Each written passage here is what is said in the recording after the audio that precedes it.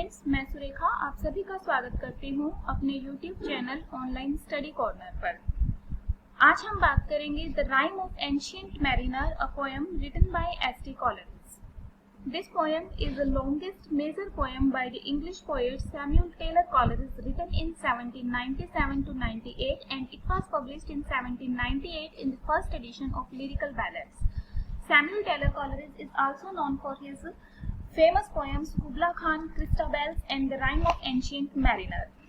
तो हम स्टार्ट करते हैं इस पोएम को। पोएम के मुख्य कैरेक्टर्स हैं एंशिएंट मैरिनर। एंशिएंट मैरिनर मतलब ओल्ड मैरिनर। ओल्ड मैरिनर यानी कि एक बूढ़ा नाविक है। सेकंड कैरेक्टर है वेडिंग गेस्ट। ये जो बूढ़ा नाविक है ये अपनी स्टोरी किसे सुनाता है इस पोएम में? एक वेडिंग गेस्ट को सुनाता है। और स्टोरी किसके बारे में है? एक जहाज के बारे में, उस पर सवार नाविकों के बारे में। नेक्स्ट कैरेक्टर है एल्बाट्रॉस। एल्बाट्रॉस एक बर्ड का नाम है जो इनके जो मिजरीज है लाइफ में उसका कारण बनता है। Fifth character is death and the sixth and the last and the most important character is the nightmare, life in death. Life in death क्या है? लाइफ है और लाइफ के अंदर कैसी लाइफ है? बहुत ही मिजरेबल लाइफ है जो कि डेथ का ही प्रतीक है। ये भी एक सिंबॉलिक कैरेक्टर के तौर पर यहाँ पर शो किया गया है। अब हम स्टार्ट करते हैं पोएम की समरी को। पोएम में सबसे पहले हम इंट्रोड्यूस होते हैं ओल्ड मैरिनर से। ये जो ओल्ड मैरिनर है ये एक वेडिंग पार्टी में जाता है, वेडिंग सेलिब्रेशन में जाता है और वहां पर एक गेस्ट को अपनी कहानी सुनाने के लिए कहता है। लेकिन गेस्ट उसकी कहानी सुनने के लिए तैयार नहीं है, वो डिजायरस नहीं है इस ओल्ड मैरिनर की कहानी सुनने के लिए। लेकिन फिर भी ओल्ड मैरिनर उसको कंपेल करता है कि तुम मेरी कहानी सुन लो। और ये जो गेस्ट है ये इस ओल्ड मैरिनर के आईज के अंदर कुछ एंचेंटमेंट को देखता है और उससे इंस्पायर होकर उसकी कहानी को बिना मन के ही सुनने के लिए रेडी हो जाता है। अब ये मैरिनर अपनी कहानी स्टार्ट करता है अपनी एक जर्नी की कहानी ये सुनाता है। और ये एक शिप जर्नी है, एक समुद्री यात्रा है और बताता है कि किस तरह से बहुत सारे नाविकों के साथ वो समुद्र से यात्रा कर रहा था। स्टार्टिंग में तो ये यात्रा बहुत अच्छे से चलती है लेकिन इवेंचुअली एक स्टॉर्म वहां पर आ जाता है, एक तूफान आ जाता है। और इस तूफान में ये कहाँ चले जाते हैं? एंटार्क्टिका के आइसी वाटर में इनका जहाज फंस जाता है। उसी टाइम पर एल्बाट्रॉस नाम का एक बर्ड वहां अपीयर होता है। ये जो बर्ड है क्या नाम है इसका? एल्बाट्रॉस बर्ड है।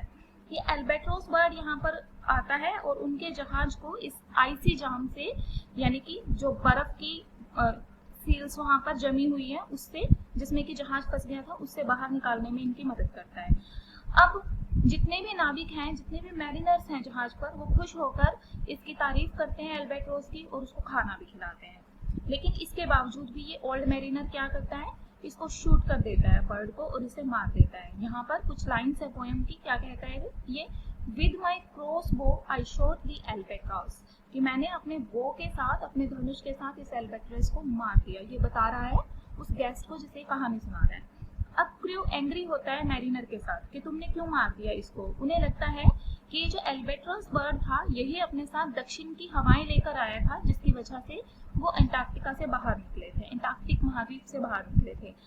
लेकिन जो सेलर्स हैं जल्दी ही अपना माइंड चेंज कर लेते हैं। जब वेदर वार्म हो जाता है और मिस्ट डिसअपियर हो जाती है, धुंध खत्म हो जाती है, तो उनको क्या लगता है कि हाँ तुमने ठीक किया, ऐसे बर्ड को तो मार ही देना चाहिए था जो अपने साथ फॉग और मिस्ट लेकर आया था।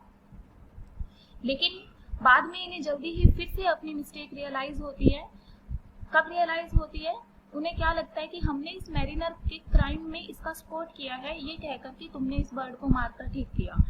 क्यों लगता है इनको? क्योंकि इन्हें लगता है कि इस स्पॉट की वजह से जो जहाज के ऊपर स्पिरिट्स हैं, गुस्से की स्पिरिट्स हैं, वो जाग गई हैं और जो दक्षिण की हवाएं हैं जो उन्हें पहले नॉर्थ की तरफ ले जा रही थी, अब वो जो जहाज है वो वहीं पर रुक गया है और आगे नहीं चल रहा है। मतलब उनका जो जहाज है वो पानी के बीच में फंस जाता है। और यहाँ पर फेमस लाइन्स है पोएम की वो बोली जाती है day after day we stuck not breath nor motion, कि एक दिन के बाद एक दिन बहुत सारे इस तरह से दिन गुजरते गए और जो जहाज था वो बिना किसी सांस के, बिना किसी हवा के, बिना किसी गति के उस पानी के अंदर फंस जाता है, बिल्कुल ऐसे जैसे कि एक आइडल यानी कि बेकार पेंटेड जहाज है, पेंटिंग वाला जहाज है और एक पेंटिंग वाले ओशियन के ऊपर बना हुआ है, मतलब रियल जहाज वो लग ही नहीं रहा, उसमें कोई भी मोशन नहीं है। और फिर इसके बाद कुछ और फेमस लाइन जैसे कि water water everywhere and all the boats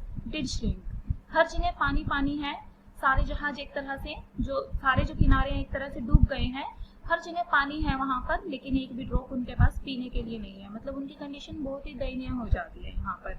अब जो सेलर्स हैं वो फिर से अपना माइंड चेंज कर लेते हैं और क्या कहते हैं कि ओल्ड मैरिनर तुमने बहुत गलत किया उस एल्बेट्रस को मारकर, ठीक है। इन्हें लगता है कि जो ओल्ड बैटरस है उन्हीं को मारने की वजह से, उसी को मारने की वजह से ये जो जहाज है यहाँ पर फंस गया है। अब उन्हें क्या लगता है कि इसका जो ओल्ड मैरिनर का जो क्राइम है उसके लिए इस ओल्ड मैरिनर को सजा दी जानी चाहिए। वो इस ये जो एल्बेट्रस नाम का बर्ड है इसकी डेड बॉडी को इसके गले में टांग देते हैं और ओल्ड मैरिनर के गले के अंदर ये जो एल्बेट्रस की डेड बॉडी को टांगा गया है ये साइन है उन व्यक्तियों का के रिग्रेट का और उस बर्डन को इलस्ट्रेट करता है जो कि उन्होंने जो कि वो शायद सफर कर रहे हैं एल्बेट्रस के मरने की वजह से।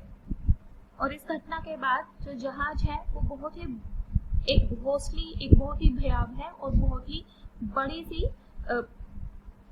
वस्तु से मिलता है और इसे हम ये जो जिससे ये जो जहाज है ये मिलता है उस कैरेक्टर को हम जानते हैं डेथ के नाम से। और इसके अलावा ये जो डेथ है ये एक स्केलेटन के फॉर्म में है और उसके अलावा ये मिलते हैं नाइटमेयर लाइफ इन डेथ से, यानी कि ये जो नाइटमेयर लाइफ इन डेथ नाम के कैरेक्टर है ये एक डेथली पेल वुमेन की फॉर्म में है। ये क्या कर रही है, ये इस जहाज के ऊपर डाइस की गेम खेल रही है। With a roll of dice that wins the lives of the crew members and life in death the life of the mariner a prize she considers more valuable। और जैसे ही ये अपने जो पासे हैं डाइस उनको गिराती है तो क्रू मेंबर्स जितने भी हैं उनकी लाइफ को डेथ जीत लेती है। दैट मीन्स ये सारे जो क्रू मेंबर्स हैं ये मर जाते हैं, इनके हिस्से में मौत आती है, जबकि जो ओल्ड मैरिनर है उसके लिए ये जो पेल वुमेन है नाइटमेयर लाइफ इन डेथ ये क्या जीतती है, लाइफ इन डेथ को जीतती है। लाइफ इन डेथ अपने नाम से ही सिंबलाइज करती है कि इसको लाइफ तो मिल जाती है लेकिन ऐसी लाइफ जो डेथ से भी ज्यादा बुरी है, ऐसी लाइफ इसको मिल जाती है, राइट। अब धीरे धीरे एक एक करके क्रू के जितने भी मेंबर्स हैं वो सारे के सारे मर जाते हैं और जो ओल्ड मैरिनर है वो उनकी आंखों के अंदर उनके लास्ट एक्सप्रेशन को देखता है और जो लास्ट एक्सप्रेशन है उनकी आंखों के अंदर वो सारे के सारे इस ओल्ड मैरिनर को कर्स कर रहे हैं, कोस रहे हैं कि तुमने एल्बेट्रस को क्यों मारा, राइट। अब इसके बाद जो स्टेज ऑफ मैरिनर है वो किसी तरह से curse is lifted after he begins to appreciate the many sea creature swimming in the water. ये जो व्यक्ति है ओल्ड मैरिनर जिसे हम कह रहे हैं इसके ऊपर एक कर्स लग गया अब और ये बहुत ही बुरी लाइफ जी रहा है, ये अकेला जीवित रह जाता है और बहुत बड़ा क्राइम का जो बोध है वो इसकी आत्मा पर होता है, ये कंसाइन स्ट्राइकन हो जाता है। लेकिन धीरे धीरे ये जो गिल्ट है जो इसके गले के अंदर जिसका सिंबल बांध दिया गया है वो सिंबल क्या है, एल्बेट्रस की डेड बॉडी को इसके गले में लटका दिया जाता है। ये धीरे धीरे अपने आप ही लूज होकर नीचे गिरने लगता है। क्यों गिरने लगता है, क्योंकि ये जितनी भी सी क्रिएचर्स हैं उनके प्रति दया दिखाने लगता है, उनकी तारीफ करने लगता है फर्स्ट टाइम। तो धीरे धीरे इसका जो पश्चाताप है वो पूरा होने लगता है और गिल्ट कम होने लगता है। अब एल्बेट्रस एक बार फाइनली क्या होती है, उसकी नेक से नीचे गिर जाती है और जो गिल्ट है वो पार्शियली कम हो जाता है, लगभग थोड़ा सा खत्म हो जाता है। उसके बाद यहाँ पर बारिश स्टार्ट होती है और जो क्रू मेंबर्स जो मर चुके थे उनकी बॉडी एक एक करके उठने लगती हैं और वो जहाज को आगे बढ़ाने लगते हैं, लेकिन उनकी बॉडीज अभी भी डेड बॉडीज ही हैं, वो जीवित नहीं हुए हैं। अब ये जो मैरिनर है ये बेहोशी की स्थिति में चला जाता है और जब ये इस ट्रेंस में है, इस बेहोशी की स्थिति में है, तो ये क्या करता है, दो स्पिरिट्स को सुनता है जो आपस में डिस्कस कर रही हैं उस यात्रा को और उस पश्चाताप को जो कि ओल्ड मैरिनर ने किया था। फाइनली जो मैरिनर है वो जागता है अपनी बेहोशी की अवस्था से और जागता है तो क्या देखता है, अपने आप को अपने होमलैंड पर, अपनी कंट्री में पाता है। लेकिन जैसे ही वो अपने आप को अपने होमलैंड पर पाता है तो वो देखता है, वो सोचते है कि कहीं ये मेरा भ्रम तो नहीं है, इधर आई एम हैलुसिनेटिंग और इट इज रियलिटी। ठीक है, और फाइनली वो जैसे ही अपने होमलैंड पर पहुंचता है तो जो जहाज है, जहाज एक तरह से खराब हो चुका है, गल चुका है। तो जहाज के जो ये रोटन हिस्से हैं, ये सारे के सारे उसमें पानी के वर्लपूल के अंदर, लहरों के अंदर समा जाते हैं, और ये जो ओल्ड मैरिनर है उसको उस पानी में ही छोड़ देते हैं। तभी वहां पर एक हर्मिट, एक सन्यासी आता है जो एक बोट के अंदर है, और उस बोट को एक पायलट और पायलट का बॉय चला रहा है। तो वो दोनों पायलट और पायलट्स बॉय दोनों क्या करते हैं, इस मैरिनर को पानी से खींचते हैं। जब वो इस मैरिनर को, ओल्ड मैरिनर को पानी से बाहर निकालते हैं तो उन्हें लगता है कि ये मैरिनर मरा हुआ है, लेकिन जैसे ही ये अपना मुंह खोलता है तो जो पायलट है वो डर के मारे चिल्लाने लगता है। हर्मिट प्रे करता है इस ओल्ड मैरिनर के लिए। अब इस तरह से ये अपनी लैंड पर वापस पहुंच जाता है। अब मैरिनर जो है वो compelled by a woeful agonist to tell the hermit his story. जो ये ओल्ड मैरिनर है, ये अपनी कहानी सुनाने के लिए बिल्कुल क्या है, मतलब मजबूर है, ताकि इसका जो पीनेंस है, इसका जो एगनी है, पीड़ा है, वो किसी न किसी तरह पश्चाताप से कम हो जाए। एल्बेट्रस को शूट करने के पीनेंस के तौर पर मैरिनर को उसके गिल्ट से, उसकी अपराध बोध की वजह से धरती के ऊपर भटकने के लिए मजबूर कर दिया जाता है। मतलब एक तरह से उसकी लाइफ को ये कर्ज मिल जाता है कि वो धरती पर हर जगह भटकेगा, और जो भी उसको मिलेगा उसी को वो अपनी कहानी सुनाएगा, ताकि उन्हें वो एक मॉरल मैसेज दे सके। इस तरह से वो अपनी स्टोरी इस वेडिंग गेस्ट को सुनाता है, जो कि सुनने के लिए रिलेक्टेंट होता है, मतलब इंटरेस्टेड नहीं होता उस कहानी को सुनने के लिए। और कहानी सुनने के बाद ये जो वेडिंग गेस्ट है नेक्स्ट मॉर्निंग एक ज्यादा सैडर और ज्यादा वाइज व्यक्ति में कन्वर्ट हो जाता है। अब ये तो थी पोएम की समरी। फाइनली अब हम बात करते हैं पोएम को किस तरह के रिव्यूज मिले थे। कोलेरिस को एक बार बताया गया था पब्लिशर के द्वारा कि ये जो बुक थी इसकी सेल तो हुई थी, लेकिन सेलर्स ने ही इस बुक को खरीदा था, आम लोगों ने बहुत कम इस बुक को खरीदा था। और उन सेलर्स ने भी इस बुक को क्या सोचकर खरीदा था कि ये जो बुक है ये नेवल सॉन्ग्स की एक बुक है, जैसा कि इसका बुक का नाम है राइम ऑफ एंशिएंट मैरिनर।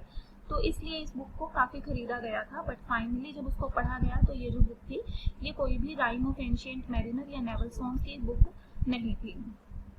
इसके अलावा विलियम वर्ड्सवर्थ ने भी, जैसा कि इसको लिरिकल बैलेड्स के अंदर कंप्राइज किया गया था, तो विलियम वर्ड्सवर्थ ने भी बाद में ये माना कि जो पोएम की लैंग्वेज थी वो बहुत ही ज्यादा कॉमन मैन की लैंग्वेज नहीं थी। इसके अंदर बहुत सारे आर्केइक वर्ड्स का, हिस्टोरिकल वर्ड्स का यूज किया गया था, जिनकी वजह से जो कॉमन रीडर्स थे वो इस बुक को खरीदने में, इवन लिरिकल बैलेड्स की बुक को खरीदने में डेटरेंट हो गए, पीछे हट गए। तो सैमुअल कॉलेरिस ने भी यही सोचा कि नेक्स्ट टाइम जब वो इस पोएम का एक नेक्स्ट एडिशन बनाएगा, सीक्वल बनाएगा, तो जो आर्केइक वर्ड्स हैं उनको कॉमन वर्ड्स के साथ चेंज कर देगा। Hence this was the story of the famous poem the rime of ancient mariner.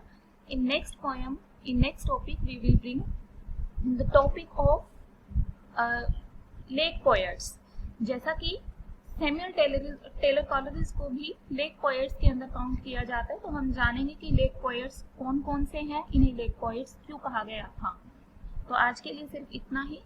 अगर आप सबको ये अच्छा लगता है then please comment in the comment section box to tell your queries and to tell if you have any suggestion for this video.